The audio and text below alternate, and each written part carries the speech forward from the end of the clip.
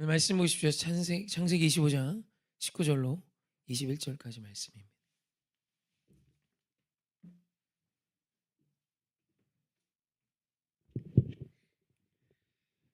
앞에 화면을 보시고 우리 한 목소리로 합독하시죠. 시작. 아브라함의 아들 이삭의 족보는 이러하니라. 이삭은 40세 리브가를 맞이하여 아내를 삼았으니 리브가는 밧단 아람의 아람 족속 중 부두엘의 딸이요 아람 족속 중 라반의 누이였더라. 이삭이 그의 아내가 임신하지 못하므로 그를 위하여 여호와께 간구하매 여호와께서 그의 간구를 들으셨으므로 그의 아내 리브가가 임신하였더니. 아멘. 아, 또 불임입니다. 그의 아버지 아브라함이 불임 부부였고 그의 아들 이삭도 불임입니다. 40세에 결혼했던 이삭이 말씀을 보면 60세에 아들을 얻습니다. 그러니까 결혼을 하고 20년간 아이가 없었던 것이죠.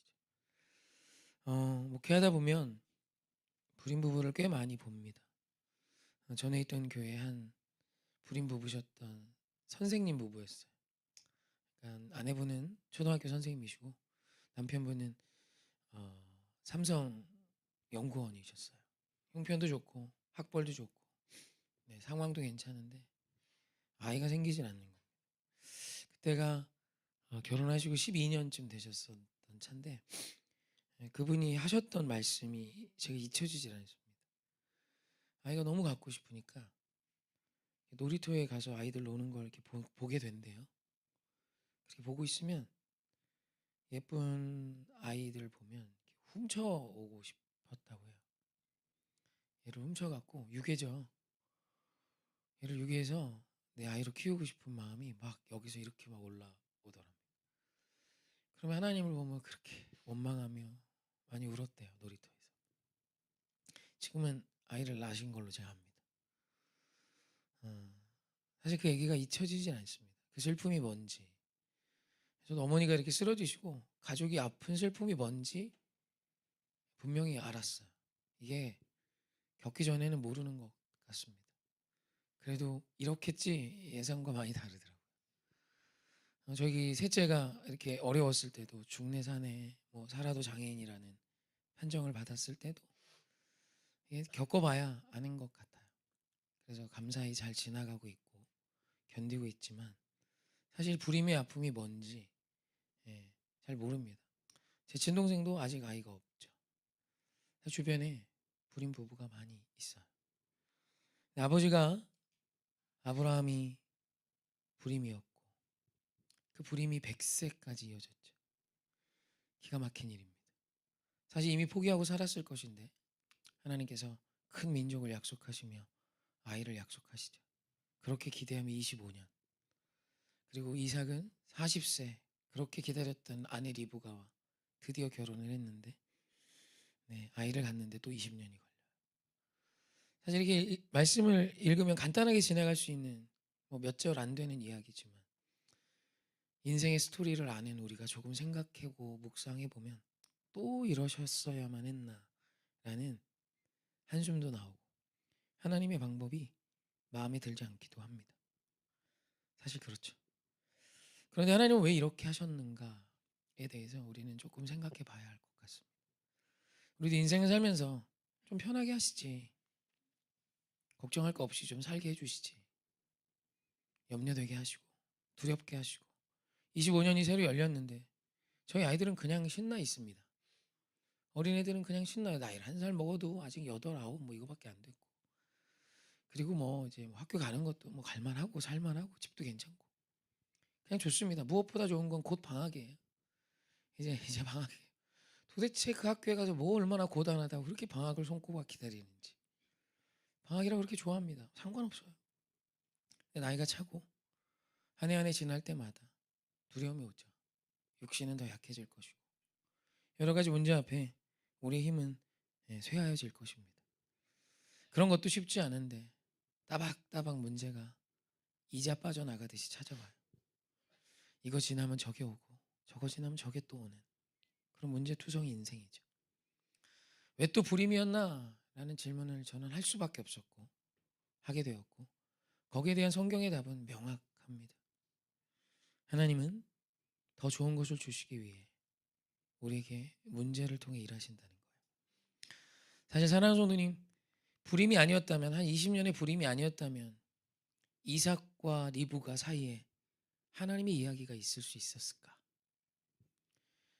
오늘 말씀을 보면 여호와께 간구하매 여호와께서 그의 간구를 들으심으로 그의 아내 리브가가 임신하였더니 라고 기록합니다. 그러니까 하나님께서 그 간구를 들으시고 아이를 주신 거예요.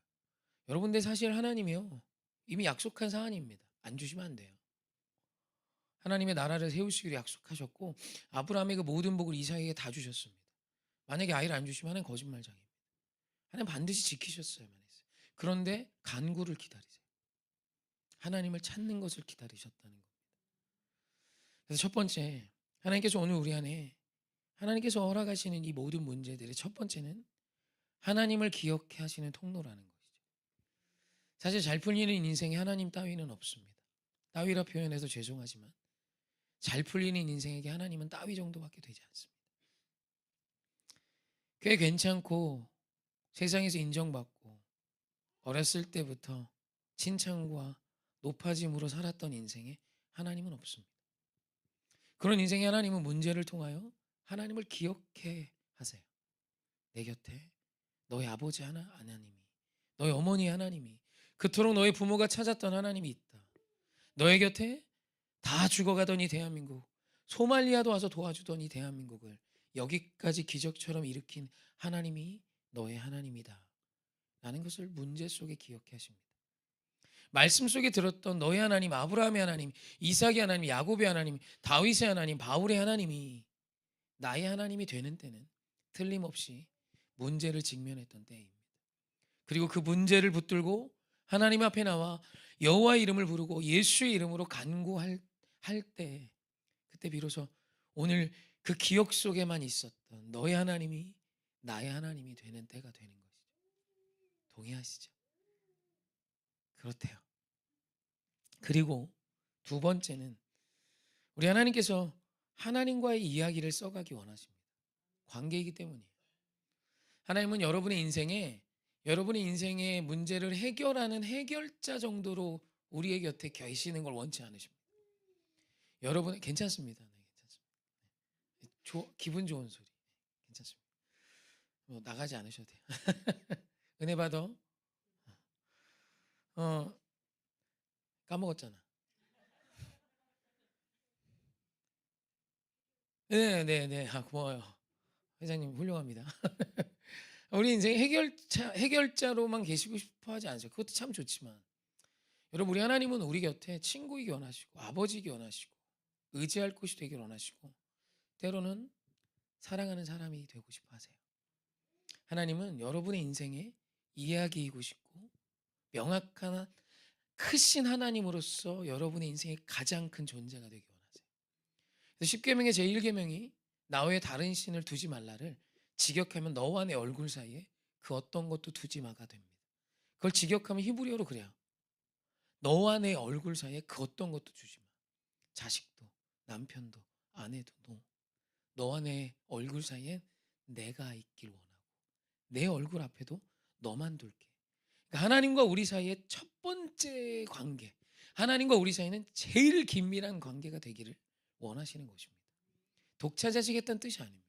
오늘 너의 인생에 눈을 뜨면 보이는 첫 번째 관계가 나여야 해라는 것이죠. 할렐루야. 여러분, 이것이 하나님과 저와의 우리의 이야기인 것입니다. 하나님은 지금 저와 여러분을 통해 하나님 나라의 이야기를 쓰기 원하시고 무엇보다 하나님과 여러분과의 러브 스토리를 쓰기 원하시고 하나님과 여러분과의 이야기를 쓰기 원하시는 것입니다.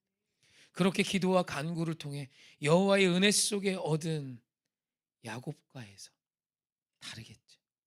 이 자녀는 주의 것입니다. 그냥 그렇게 누구나 아이를 갖듯이 출산한 아이가 아니라 기도와 간구 속에 하나님께서 내게 주신 아임이 명확해지는 사건이 되는 것이죠.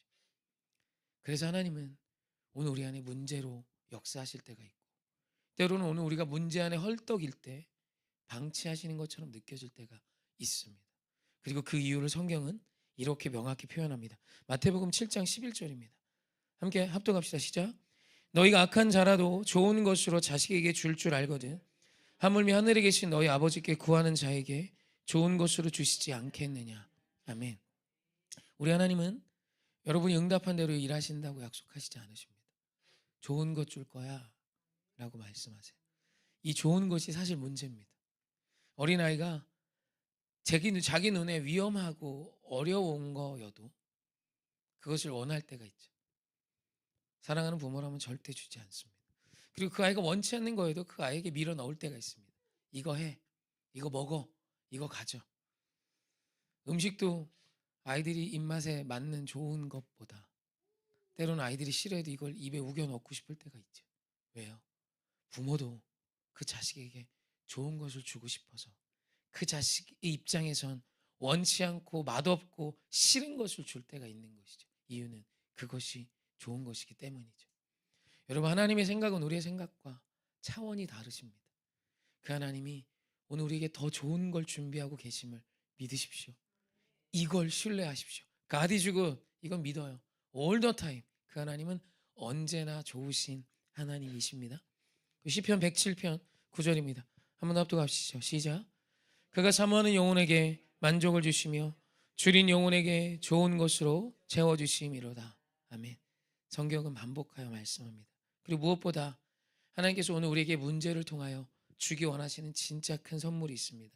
예레미야 33장 3절입니다. 합독합니다. 시작. 너는 내게 부르짖으라. 내가 내게 응답하겠고 내가 알지 못하는 크고 은밀한 일을 내게 보이리라. 아멘. 하나님은 우리에게 좋은 것을 넘어 하나님이 큰 일, 우리로서는 가히 상상할 수도 없는 하나님의 나라의 일들을 우리에게 보여주기 원하십니다. 이것이 하나님과 저와의 스토리인 거예요. 그러니까 뭐 이런 거죠. 하나님이 하나님의 크신 나라를 세우시는데 우리를 부르셔서 아들, 딸, 내가 할 말이 있어. 뭔데요? 이게 기도인 거죠. 내가 이 땅에 나의 나라를 세우기 원하고 이 땅에 나의 나라를 세우기 원하는데 너를 쓰고 싶어. 너와 함께 하고 싶어. 이 땅의 청소년에게, 이 땅의 다음 세대에게, 우리 남편들에게, 아내들에게, 이 땅에 신음하는 자에게 나의 나라를 세워주고 싶은데 그 일 앞에 내가 너와 함께 하고 싶어. 여러분이 하나님의 귀한 청을 들으면 심장이 안 뛸 수가 없습니다. 저희 아내가 저한테 늘 그런 얘기합니다. 당신은 뭐가 그렇게 맨날 두근두근거리고 설레임으로 주의를 하냐는 이야기를 해요. 전 진짜 늘 설레임이 있습니다.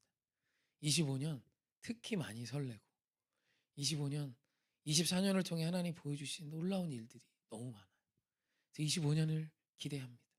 크고 은밀한 일을 보이시고 나타내실 것입니다. 여러분, 얼마나 재미있는 인생입니까? 그냥 늙어서 죽어가는 인생이 아닙니다. 늙음을 한탄하는 인생이 아닙니다. 오늘 내 삶의 건강이 잃어버려졌다 해서 이전보다 덜 건강하다 해서 주저앉을 인생이 아닙니다. 하나님이 우리에게 보여주실 크고 위대한 하나님 나라의 영광이 지금 우리 안에 보여지고 있어요. 여러분, 이것이 오늘 우리 하나님께서 우리에게 주기 원하시는 문제를 통하여 우리 인생에 찾아오셔서 기도하며 간구하는 우리의 간구를 통하여 더 좋은 것을 넘어 하나님의 크고 은밀한 일들을 우리와 함께 나누기 원하십니다. 할렐루야. 어찌 우리가 이 귀한 은혜를 누리지 않아서야 되겠습니까? 이 귀한 은혜 누리시며 하나님의 나라를 함께 세우시고 주님의 놀라운 은혜와 은총으로 주와 동행하는 저와 여러분이길 주님의 이름으로 축원합니다. 아멘.